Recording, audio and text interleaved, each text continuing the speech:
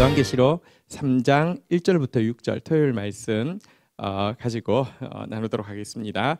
먼저 우리 오늘 말씀인 금요일 말씀인 두아디라 교회를 향한 말씀을 아침에 말씀을 전하고 나서 기도하면서 묵상할 때에 참 부족하지만 우리 교회를 향해서 주시는 말씀이다, 그런 마음이 많이 들었습니다. 생각해 보면 소아시아 7교회 중에서 다음 세대 두아디라 네자로 된 교회는 두아디라 교회밖에 없거든요. 근데요, 우리 한번 두아디라 교회를 향한 칭찬 한번 보도록 하겠습니다. 계시록 2장 19절 같이 읽도록 하겠습니다. 계시록 2장 19절 오늘 말씀이죠. 읽겠습니다. 시작. 내가 내 사업과 사랑과 믿음과 섬김과 인내를 아노니 내 나중 행위가 처음 것보다 많도다. 두아디라 교회를 칭찬하면서요, 사업, 여기 우리가 성도의 사업이 무엇입니까? 사랑의 사업, 믿음의 사업, 섬김의 사업, 인내의 사업이, 자 집중하시고 자 인내의 사업이 이 성도의 사업인데요. 이게 한번 따라하겠습니다. 나중 행위가 처음 것보다 많도다. 갈수록 많아지고 있다라고 칭찬하고 있습니다. 천국은 갈수록 맛있어지는 포도주고요. 우리 천국 가면 처음에가 우와 했다가 조금 지나면요, 한 1000년 정도 지나고 나면 시들하지 않습니다. 영원토록 더 좋아질 것입니다. 그렇다고 하면 정말 하나님의 사람은요, 처음보다 나중에 점점 더 좋아져야 되는데요, 두아디라 교회가 그런 교회였다고 칭찬을 받았습니다. 자, 그리고 두아디라 교회에 그 문제가 있었는데요. 우리 한번 계시록 2장 20절 그 다음 절 한번 볼까요? 같이 한번 읽도록 하겠습니다.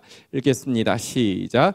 그러나 내게 책망할 일이 있노라. 자칭 선지자라 하는 여자 이세벨을 내가 용납함이니 그가 내 종들을 가르쳐 깨어 행음하게 하고 우상의 제물을 먹게 하는도다. 21절은 제가 읽을게요. 21절 내용 보면 또 내가 그에게 회개할 기회를 주었을 때 자기의 음행을 회개하고자 하지 아니하는도다.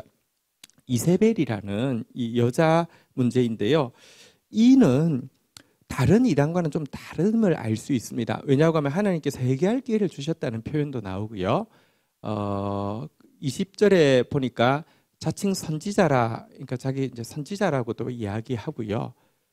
이런 사람이어서 일반 이단과는 좀 다릅니다. 어떤 경계선에 있음을 알 수 있는데요, 이 이세벨이라고 했던 이유는, 이세벨은 성경 구약 성경에 보면요, 이 바알 숭배 음행을, 그러니까 영적 음행을 이스라엘에 본격적으로 도입했는데, 그녀가 여왕이지만, 아니 그 왕비지만 그녀의 말이 그렇게 힘이 있었던 이유는 성경에는 음행과 술수가 많다라고 이세벨에 대해서 소개했는데, 술수란 말은 기적이라는 뜻이거든요. 뭐가, 이 여자가 뭘 하면 뭐가 되는 거예요. 그래서 이 성도들이요, 혹은 종들이요, 이렇게 경계선에서 이게 딱 이단 아니에요. 그런데 기적이 막 일어나니까 밑에 보면 이런 표현이 나옵니다. 깊은 것이라는 표현이 나오는데, 저 교훈은 굉장히 깊이 있는 교훈이야. 왜냐하면 기적이 동반되면 믿어진단 말이에요. 근데 그 결론은 뭐냐고 하면 행음, 다시 말하면 우상에게 빠지는 거. 우상이 뭐라고요? 물질, 권력, 쾌락이에요. 그러니까 달리 이야기하면 기적 가지고 결국은 돈으로 가는 이 어떤 그 악한 이세벨이라는 여자로 말미암아 악한 영향력을 받고 있었던 것을 이야기하는데요. 그래서 우리가 꼭 기억해야 합니다. 기적, 기복은 아무리 신앙적인 용어로 포장해서 선지자, 깊은 것 이런 거 이야기해도요, 깊지도 않고요, 선지자도 아닙니다. 강한 기적보다 바른 말씀이 훨씬 중요함을 꼭 기억해야 합니다. 그런데 이들 이런 악한 이 이세벨에 대해서 하나님께서 침상에 던져서 벌하실 것이라고 말하셨고요. 그러나 그들 가운데 24절 보니까요, 한번 보도록 하겠습니다. 같이 읽도록 하겠습니다. 시작. 두아디라에 남아있어 이 교훈을 받지 아니하고 소위 사단의 깊은 것을 알지 못하는 너희에게 말하노니 다른 짐으로 너희에게 지울 것이 없노라. 그러나 보십시오. 갈수록 더 사랑의 사업, 믿음의 사업, 섬김의 사업, 인내의 사업이 많아지면서, 그리고 기적과 기복이 아니라 결국은 돈, 결국은 은사, 이게 아니라 말씀 붙잡고 가는 사람에게는요, 한번 따라하겠습니다. 다른 짐으로 지울 것이 없노라. 그대로 하면 된다라고 이야기합니다. 25절에 보니까 무엇이라고도 이야기하십니까? 25절 같이 읽도록 하겠습니다. 읽겠습니다. 시작. 다만 너희에게 있는 것을 내가 올 때까지 굳게 잡으라. 그거 그대로 붙잡고 있으면 된다, 이런 말씀인데요. 제가 뭐 말씀을 다 나 칭찬하나 보다 이렇게 생각하면 안 되겠죠. 하나님 앞에서 이렇게 또 살펴봐야 되겠죠. 근데 아침에 이 말씀을 가지고 묵상하는 동안에 하나님 앞에서 정말 부족하고, 정말 하나님께서 은혜로 봐주셔서 그렇긴 하지만, 도아디라 교회처럼 나중 행위가 처음 것보다 많다고 칭찬하시는 마음이 들었습니다. 여러분, 처음보다 나중이 낫다고요? 솔직히 말하면 지금 우리의 모습이 과거보다 못해 보이기도 합니다. 그러나요, 겉사람은 낡아지다, 속사람은 날마다 새로워진다라고 한 고백이 부끄럽지만 하나님 앞에 고백할 수 있게 해주셨습니다. 겉으로 보면 더 도리어 초라해 보일 수도 있지만, 영혼이 하나님 앞에서 계속 더 새로워지면서 사랑이, 믿음이, 섬김이, 인내가 더 많아져 가고 있다고 인정해 주시는 것이 느껴졌고요. 부족하지만 기적에 기복에 빠지지 아니하고, 기적과 기복을 과감하게 끊어내고 말씀 붙잡으려고 했고요. 그래서 하나님께서 지금 모습 보시면서 다른 짐 지울 것 없으니 내가 올 때까지 굳게 잡으라고 격려하시는 마음이 들었습니다. 우리로 이런 고백할 수 있게 우리를 지켜주시고 또 악으로부터 건져주신 하나님께 우리 감사하는 마음 담아서 영광의 박수 드리도록 하겠습니다. 할렐루야, 아멘. 자, 이제 오늘 말씀은 사대 교회의 말씀인데요. 또 우리가 이런 칭찬의 말씀도 받지만 우리 안에는 방심하면 큰일입니다. 우리 언제나 안심할 수 없는 이유는 우리 안에 적이 있기 때문입니다. 사대 교회를 향한 경고의 말씀 또 우리가 신실하게 받아야 되겠습니다. 1절 읽고 시작하도록 하겠습니다. 3장 1절 읽겠습니다. 시작. 사대 교회의 사자에게 편지하라. 하나님의 7 영과 7 별을 가지신 이가 이르시되, 내가 내 행위를 아노니 내가 살았다 하는 이름은 가졌으나 죽은 자로다. 네. 자, 사대 교회를 한번 보도록 하겠습니다. 먼저 이 편지를 보내시는 이신 예수님께서 당신을 무엇이라고 소개하고 있냐고 하면요, 한번 따라하겠습니다. 하나님의 7 영과 7 별을 가지신 이 예수님이 당신을 7 영과 7 별을 가지고 계시다라고 소개하고 있는데요. 여기서 7 영이란 성령을 이야기하는데, 성령이 7분 계신다는 뜻은 아니라 7은 완전수이신데요, 완전하신 성령님을 통하여서 일하신다는 뜻이고요. 7 별은 계속 지금 거의 대부분의 교회에 나온 표현이잖아요. 7 별이 무엇이라고요?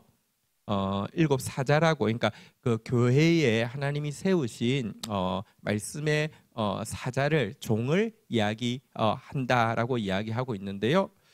예수님께서는 당신의 뜻을 이루기 위해서 하나님 성령을 통하여서 당신의 뜻을 이루어 가시고, 성령으로 말미암아 특별히 당신의 종들을 붙잡으시고 말씀의 사역자를 붙잡으시고 당신의 뜻을 이루어 간다라고 이야기하고 있는 부분입니다.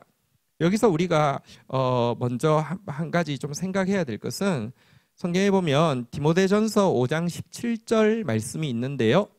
한번 보도록 하겠습니다. 디모데후서 5장 17절 같이 읽겠습니다. 시작.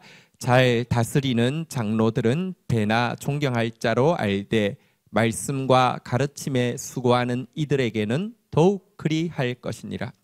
여러분 교회의 장로, 다시 말하면 교회 리더의 중요한 역할은요. 한번 따라하겠습니다. 잘 다스리는 자. 공동체가 유지가 되려고 하면요. 리더십이 필요합니다. 리더십이 제일 중요한 것은 공동체를 잘 다스리는 것입니다. 교회 공동체에 문제가 있을 수 있습니다. 그런데 리더십이 있으면 잘 다스려지면요. 여러분 약한 부분들은 사실은 품고 갈 수 있고요. 악한 부분들은 그것이 해를 덜 끼치고 교회가 보존되어질 수 있게 하고요. 성장해야 될 사람들은 성장할 수 있게 하고요. 함께할 사람들은 함께하게 됩니다. 그래서 교회에 우리 리더들이 자꾸 이제 세워지고 있는 때입니다. 잘 다스리는 교회 리더들이 세워지도록 우리 기도해야 하고요. 또 그런 사람으로 나 자신이 세워지도록 하나님 앞에 소망하고 드려져야 합니다.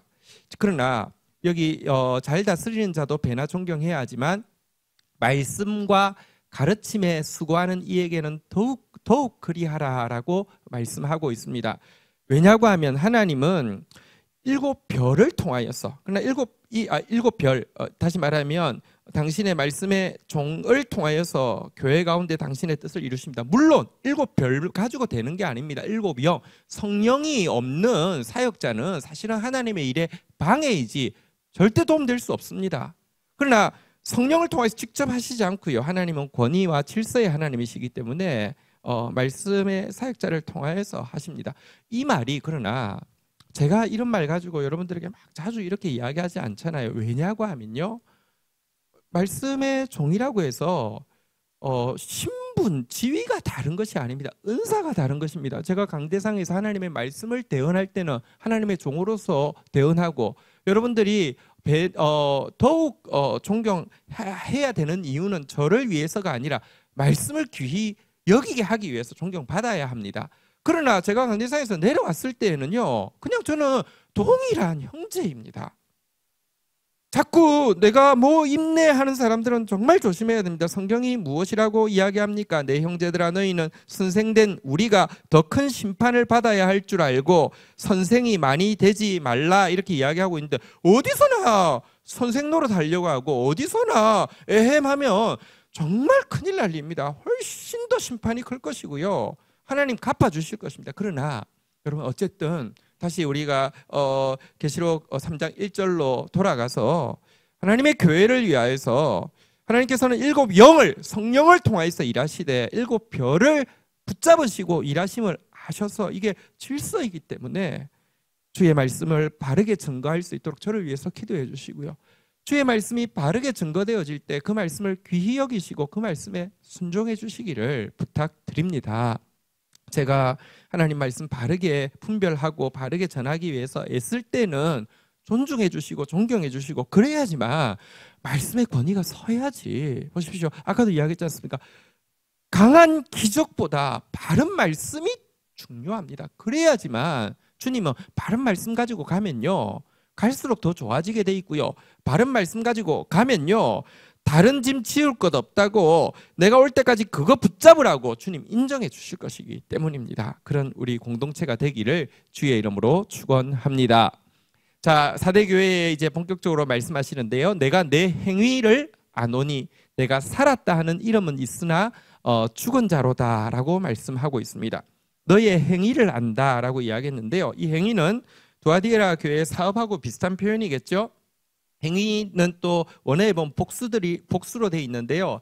그 교회가 하고 있는 많은 일들에 대해서 내가 알고 있다라고 이야기하는데 내가 살았다는 이름은 가졌으나 이 말은 무슨 뜻이겠습니까? 사람들이 볼 때에는 괜찮은 교회다라고 이렇게 인정을 받고 있었음을 알 수 있습니다. 괜찮은 교회구나라고 이렇게 생각할 수 있는 교회였다는 것입니다. 그런데 이런 평판은 받고 있지만 사람의 평판 하나도 중요하지 않습니다. 스스로 우리 교회는 괜찮아 하는 만족감을 느끼고 남들도 와 니네 교회는 괜찮네 하는 평판을 한다 하더라도 사대교회일 수 있음을 알아야 합니다. 사람의 평가나 자신의 평가는 온전하지 않습니다. 하나님의 평가만, 예수님의 평가만 온전한데요. 예수님은 무엇이라고 하느냐 한번 따라하겠습니다. 죽은 자로다. 가짜라는 것입니다. 없다라는 것입니다. 아니라는 것입니다. 왜 그랬을까요? 우선은 이 사대 교회는요, 여기 다른 교회와는 달리 외부적인 특별한 박해나 내부적인 특별한 공격이 없는 거의 유일한 교회입니다. 대부분의 교회에 박해가 많았거나 아니면 내부에 니골라당이든지 이세벨이든지 이런 공격이 있었는데요. 이 교회는 내부에도 외부에도 박해도 문제도 별로 없는 교회였습니다. 이것 때문에 성도들이 우리는 아무 문제가 없구나 하고 방심하고 안주했고요. 그런데 주님은 너희는 외부적인 평판은 좋고 스스로의 만족도는 높을지 모르지만 죽었다라고 평가하고 있습니다. 왜 그러신지 2절에 보면 주님의 그렇게 평가하는 이유가 나와 있습니다. 같이 읽겠습니다. 시작. 너는 일깨어 그 남은 바 죽게 된 것을 굳건하게 하라. 내 하나님 앞에 내 행위에 온전한 것을 찾지 못하였노니. 너의 행위들을 안다 그랬는데 여기도 보니까 너의 행위들이라는 단어가 나왔죠. 그런데요, 그 행위들에 대해서 무엇이라고 이야기합니까? 한번 따라하겠습니다. 온전한 것을 찾지 못하였노니. 온전한 것이 하나도 없다라는 것입니다. 여러분, 온전하지 않으면 아무것도 없는 거나 마찬가지입니다. 과일을 한번 생각해 보십시오. 많이 땄는데 덜 익은 거, 벌레 먹은 거, 뭐 상한 거, 결국은 많이 딴 게 그게 아니라 출하할 수 있는 게 아니라 덜 익으면 못 출하시키고요. 이렇게 벌레 먹어도 못 출하시키고요. 뭐 상해도 못 출하시키잖아요. 그거 다 빼고 남은 거가 자기 건데, 여러분, 우리는 너무 착각하기 쉽습니다. 열매는 열매잖아요. 덜 익어도 열매예요. 상해도 열매예요. 벌레 먹어도 열매예요. 근데 열매에 맺었다고 생각합니다. 그렇지 않습니다. 그건 자기 기만입니다. 카운트 할 때 여러분 뭐 했고라고 하지 마시고요. 온전한 게 무엇인지 카운터 해야 합니다. 그것만 남습니다. 많은데 온전한 거 내가 아무리 눈을 씻고 찾아봐도 없다라는 것입니다. 주님께서 남은 바 죽게 된 것을, 이거는 지금 조금만 지나면 상해서 이제 아예 가치가 없고, 조금만 지나면 벌레 먹어서 벌레 지금 들어오려고 직전이고, 지금 이제 아직 온전하지 않지만, 아직 떨어지지 않은, 아직 익지 않았지만 아직까지 가능성이 있는 그거 깨어서 너 지금 방심하고 너 안주하고 있는데 정신 차리고 그거 지키라고 이야기를 하고 있는 것입니다. 여러분, 근데 여기 온전함이라는 단어는 한번 원어를 한번 따라하겠습니다. 플레로우라는 단어를 썼는데요. 이 플레로우라는 단어는 원래는요, 성령 충만할 때 충만이라고 번역되어지는 단어입니다. 그래서 온전한 것을 찾지 못했다는 말은 달리 이야기하면 한번 따라하겠습니다. 충만한 것을 찾지 못하였노니. 우리 성경 구절에 이 플레로우라는 단어, 제일 유명한 플레로우라는 단어가 쓰여진 구절이 에베소서 5장 18절인데요. 한번 볼까요? 에베소서 5장 18절 보도록 하겠습니다. 같이 읽겠습니다. 시작. 술 취하지 말라. 이는 방탕한 것이니 오직 성령으로 충만함을 받으라. 그러니까 여러분, 이 지금 사대교회를 향해서 온전한 것이 없다라는 말은 무엇일까요? 1절에 보면 내가 7 별을 붙잡고 일한다고 했는데 7영, 성령이 온전히 일하시지 못하게, 예를 들어 성령으로 시작했다가 육체로 마치거나 주도권을 성령과 사람이 반반씩 나누어 가졌거나, 사역자의 가장 중요한 의무는 성령께 순종하는 것인데요, 지금 순종이 온전치 않았거나 이러하고 있었음을 여기 이 온전한 것이 없다라고 하는 2절 다시 보시면 온전한 것이 없다라고 하는 이 표현에서 알 수 있습니다. 우리 사도행전 5장 32절, 저를 위해서도 기도해 주셔야 하고요, 우리 모두가 기도해야 합니다. 같이 한번 읽도록 하겠습니다. 시작. 우리는 이 일의 증인이요, 하나님이 자기에게 순종하는 사람들에게 주신 성령도 그러하니라 하더라. 하나님의 일은요, 우리와 성령이 같이 해야 합니다. 그런데 우리가 어떻게 일곱 영 대신 성령께 온전히 붙잡혀서 성령으로 충만한 온전한 열매 맺을 수 있느냐? 순종할 때에만 가능합니다.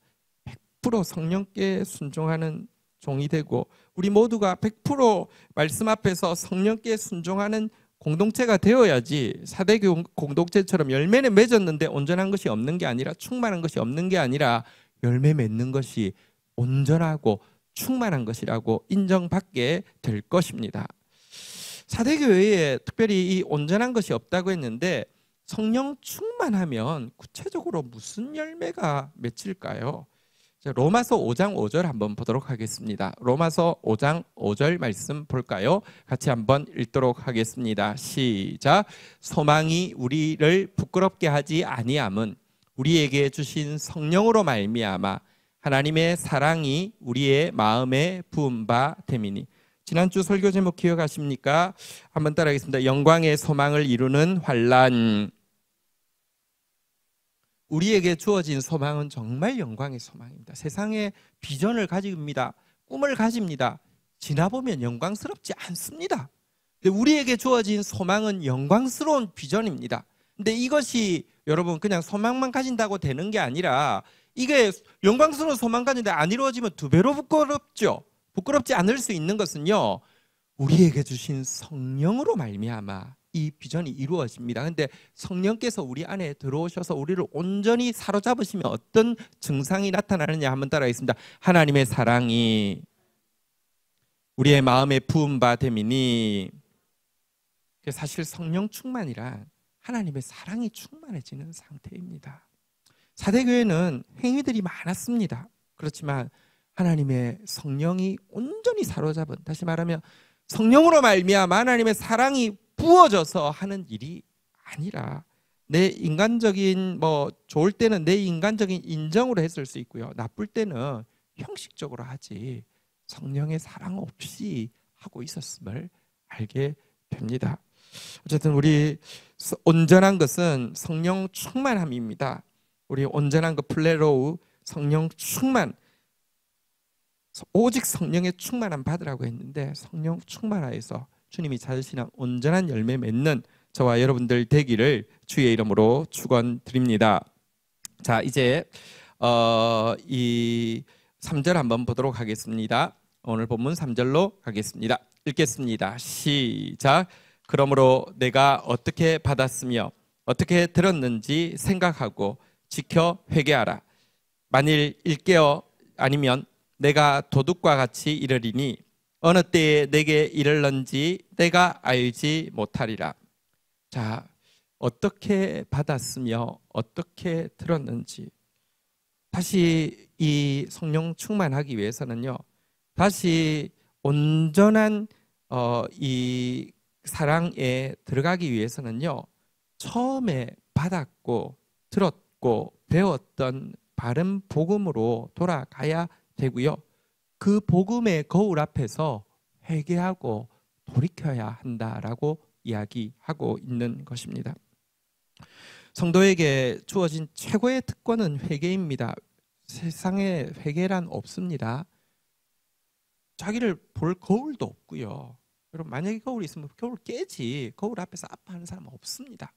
근데 우리에게는요, 너무 크신 하나님이 믿어지니까 너무 작은 내 모습이 인정이 되니까요, 하나님의 거울 앞에 자꾸 자기를 볼 수 있습니다.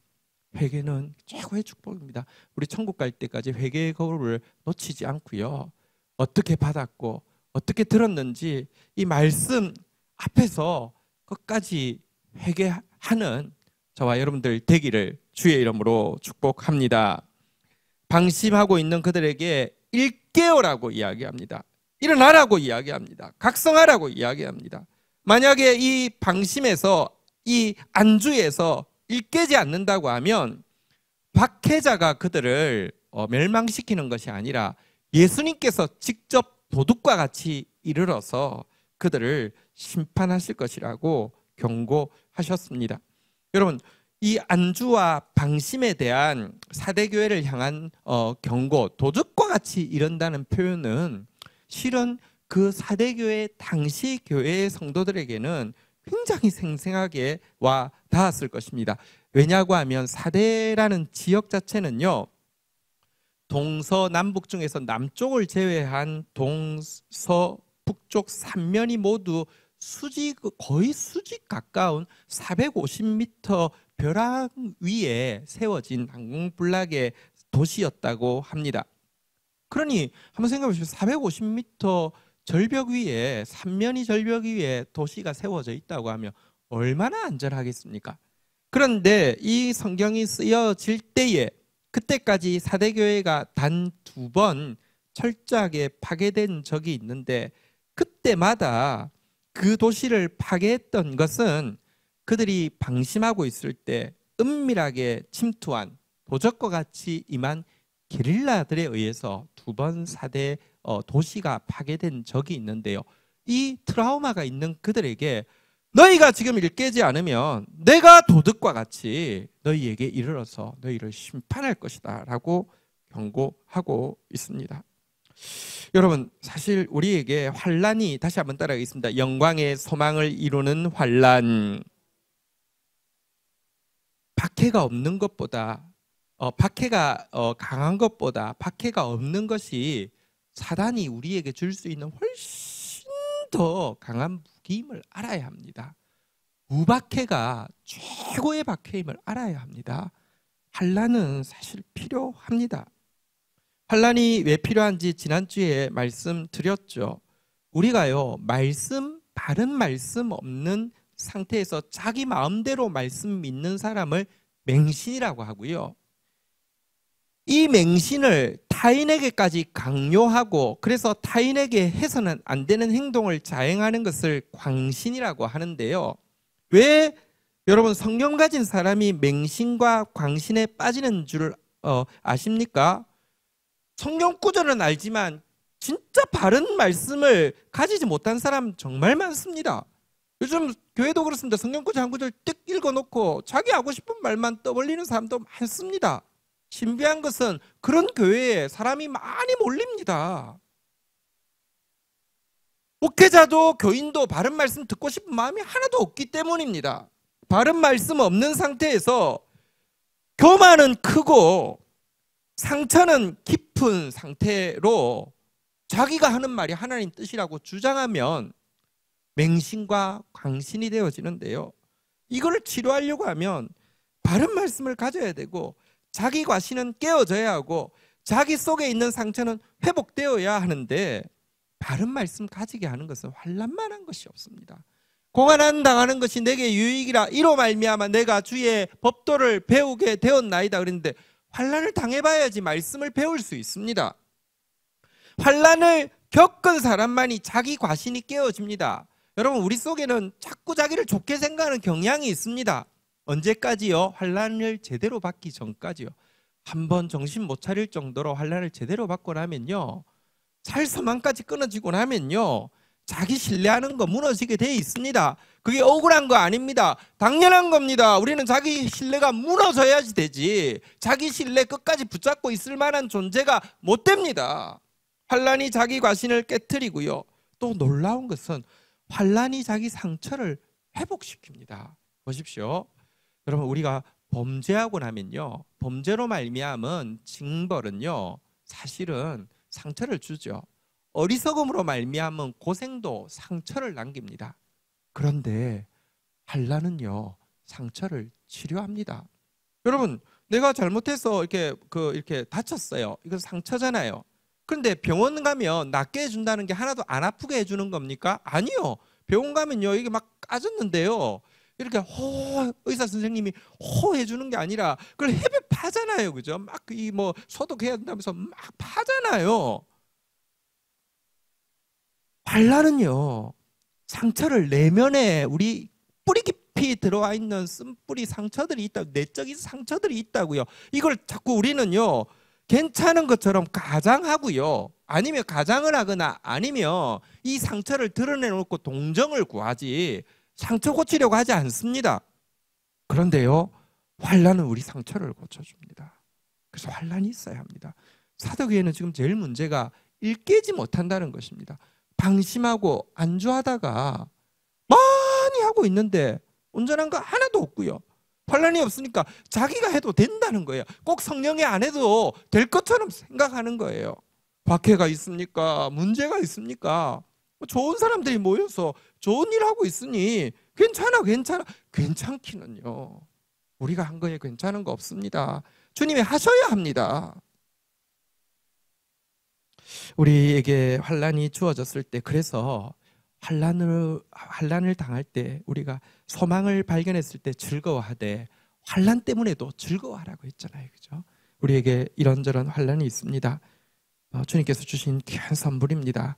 환난이 밖에 없는 것보다, 환난 없는 것보다 훨씬 축복임을 우리 붙잡고 즐거워하다가 환난을 통하여서 연단되어진, 정말 리파인 되어진, 정말 괜찮은, 온전케 되어진 저와 여러분 되기를 주의 이름으로 축원드립니다. 4절 본문 보도록 하겠습니다. 4절 읽겠습니다. 시작.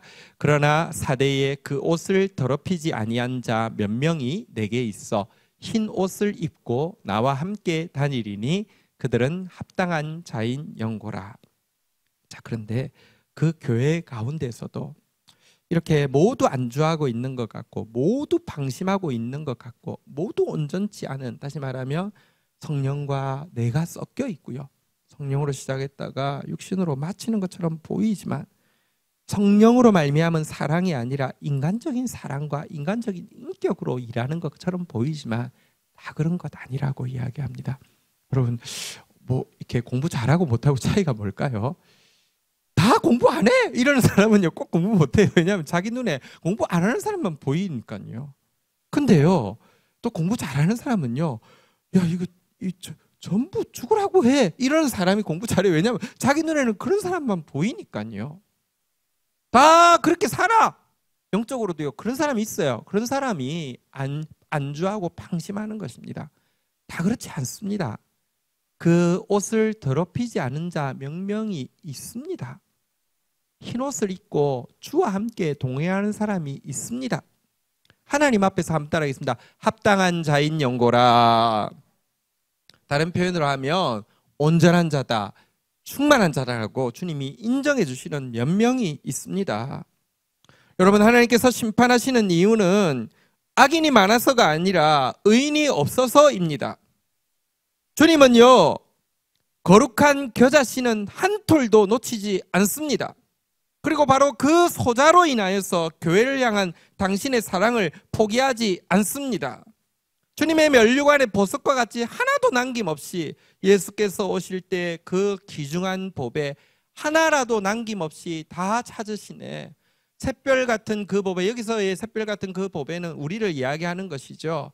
면류관에 달려서 장식되어서 반짝반짝 빛나며 비치리로다. 그런 사람 되기를 소망하고요. 나 때문에라도 주님이 이 교회를 포기할 수 없도록 하나님 앞에 서 있는 그런 저와 여러분들이 되시기를 주의 이름으로 축원드립니다. 5절 보도록 하겠습니다. 5절 같이 읽겠습니다. 시작. 이기는 자는 이와 같이 흰옷을 입을 것이요 내가 그 이름을 생명책에서 결코 지우지 아니하고 그 이름을 내 아버지 앞과 그의 천사들 앞에서 시인하리라. 사대교회에서 이기는 자란 어떤 자일까요? 안주와 방심, 영적 태만으로부터 자신을 지키고 다 그래 하고 그런 사람 바라보는 게 아니라 깨어있는 그 흰옷을 더럽히지 않은 소수, 하나님께서 인정할 만한 그 소수에게 눈 맞추고 내가 그 한 사람 되기를 소망하면서 달려가는 그런 사람에게는 이런 말이겠죠. 흰옷을 입을 것이고 생명책에서 절대 지우지 않을 것이고 그 이름을 아버지 앞에서 그의 천사 앞에서 시인하리라. 그의 천사는 성경에 우리가 그걸 막 너무 강조할 필요는 없겠습니다. 왜냐하면 서구 사회에 보면 신앙은 없는데 수호천사를 간절히 믿어서 수호천사 이야기하는 많은 사람들이 있습니다. 그게 별로 중요하지 않습니다. 수호천사는 나보고 수호천사가 나를 지키는 게 아니라 수호천사가 나를 예수 잘 믿도록 지켜주는데, 예수는 없이 수호천사만 자꾸 이야기하는 건 곤란한데, 성경에 보면 그의 천사라는 것은, 그러니까 우리를 돕는 천사가 있다는 표현들이 많이 나옵니다. 근데 그 앞에서요, 한번 따라하겠습니다. 시인하리라. 내가 저를 안다. 내가 저를 안다. 이거 너무 중요하잖아요. 내가 저를 안다. 이거 너무 중요하잖아요. 어떤 간증을 들은 적이 있습니다. 독일 사람인데, 이제 이 2차 대전 전에 히브리인과 친구가 되었는데요. 난 크리스찬인데 히브리인 친구가 뭐랄까요? 너무 이렇게 괜찮아서 같이 이제 친교를 하게 되었고요. 또 그 히브리인 친구와 친구기 때문에, 근데 그가 언제나 히브리어로 그 성경을 여호와는 나의 목자시니 내가 부족함이 없으리다 이걸 암송하는 게 그냥 마음에 평화로워서 믿어서가 아니라 자기도 그냥 언어를 좋아하고 해서 외운 적이 있습니다. 그런데 2차 대전이 터지고 히틀러가 유대인들이 이 지상에 우리가 이렇게 우리 민족이 환란을 받는 것은, 독일이 1차 대전 이후에 막 빚더미에 앉았잖아요. 우리 민족이 환란을 받은 것은 하나님의 사명을 감당하지 못한 것이다. 하나님의 사명은 이 땅에서 악을 쓸어버리라고 한 것이다. 이 땅의 악은 유대인이다. 보십시오. 하나님의 이름으로 이 광신맹신이잖아요. 그래서 다 죽여버리는 그 일을 할 때 잡혔다는 사실을 알게 되었습니다. 그래서 지금 끌려간다는 사실을 알게 됩니다. 친구한테 너무 놀래서, 이 사람은 독일이니까 안전하잖아요. 뛰어갔습니다. 차에서 딱 끌려가는데 히브리어로 여호와는 나의 목자시니 내가 부족함이 없으리다 하는데 이미 평화가 임했습니다. 죽으러 가는데 평화가 임했습니다. 그 모습이 너무 생생하게 남았습니다. 그 사람 독일인이기 때문에 이 독일 군대에 들어갔죠. 결국은 전쟁에 나갔다가 이제 전범이 되어서 이제 총살을 당하게 되었는데요. 이제 감독하는 연합군 사람 앞에서 이제 이렇게 여기는 마지막으로 할 말이 없느냐 하니까 자기가 그 친구가 생각이 나서 히브리어로 여호와는 나의 목자시니 내가 부족함이 없으리로다 이 고백을 하고 있는데 이제 이 마지막으로 살고 죽는 것을 판단하는 사람이, 연합군의 사람이 히브리인이었던 것입니다. 그래서 저 사람은 국가에 의해서 부득이하게 그 일에 참여했지 살려야 된다 그래서 살아난 일이 있습니다. 보십시오. 이게 마지막 심판 자리에서 알아주는 거잖아요. 그죠? 내가 너를 안다. 근데 우리가 사실 천국 문 앞에 갔어도 내가 아무리 서류를 정리를 잘 해오고 아무리 변호사 통해서 빵빵하게 자료를 가져왔다 하더라도요, 주님 앞에서 하나도 못 꺼낼 것이고요, 주님이 내가 너를 도무지 알지 못한다면 끝나는 인생입니다. 그러나 여러분, 우리가 어떻게 100% 완전해서 구원받을 수 있겠습니까? 그렇지만 흰옷을 더럽히지 아니하려고 다 잠들어 있는 그 시기에 깨어 있는 다섯 처녀처럼 깨어 있으려고 몸부림치면은, 잠들어 있던 다섯 처녀는 내가 너를 도무지 알지 못한다고 이야기하면서 시인하지 않을 것이지만, 깨어 있는 자들은요, 내 아버지 앞과 그의 천사 앞에서 내가 너를 안다라고, 내가 너 이름 안다, 권지현이지, 내가 너 이름 안다, 그럼 되는 거예요. 그러리라고 축복하고 있습니다. 마지막 절 읽고 마치도록 하겠습니다. 같이 읽겠습니다. 시작. 귀 있는 자는 성령이 교회들에게 하시는 말씀을 들을지어다. 오늘 우리를 불러주셨습니다. 우리에게 귀를 주셨습니다. 여러분에게 하신 말씀이 있을 것입니다. 혹 우리를 두아디라 교회라고 칭찬하시지만 혹 또 우리 안에, 우리는 너무 죄인이었어요. 또 그 말 듣는 것 때문에, 혹은 그래도 하나님 말씀 붙잡으려고 몸부림치는 공동체 안에 있는 것 때문에 영적 태만과 안주 그리고 방심할 수 있습니다. 이런 우리에게 오늘 들려주시는 성령의 음성이 크게 들림으로 말미암아 깨어 기도하는 저와 여러분들 되시기를 주의 이름으로 축원드립니다. 지금 정말 마지막 때가 가까운 것을 많이 느끼지 않습니까? 성경에 기록된 일들이 다 현실로 일어나고 있지 않습니까? 그런데도요, 사실은 잠들 사람은 다 잠들 것입니다. 마지막까지. 깰 사람은 다 깰 겁니다. 깨 있는 그 소수의 사람에 내가 들어가 있을 수 있도록, 우리가 들어가 있을 수 있도록 우리 하나님 앞에서 또 오늘도 긍휼을 구하고 몸부림치는 시간 되기를 주의 이름으로 축원드립니다.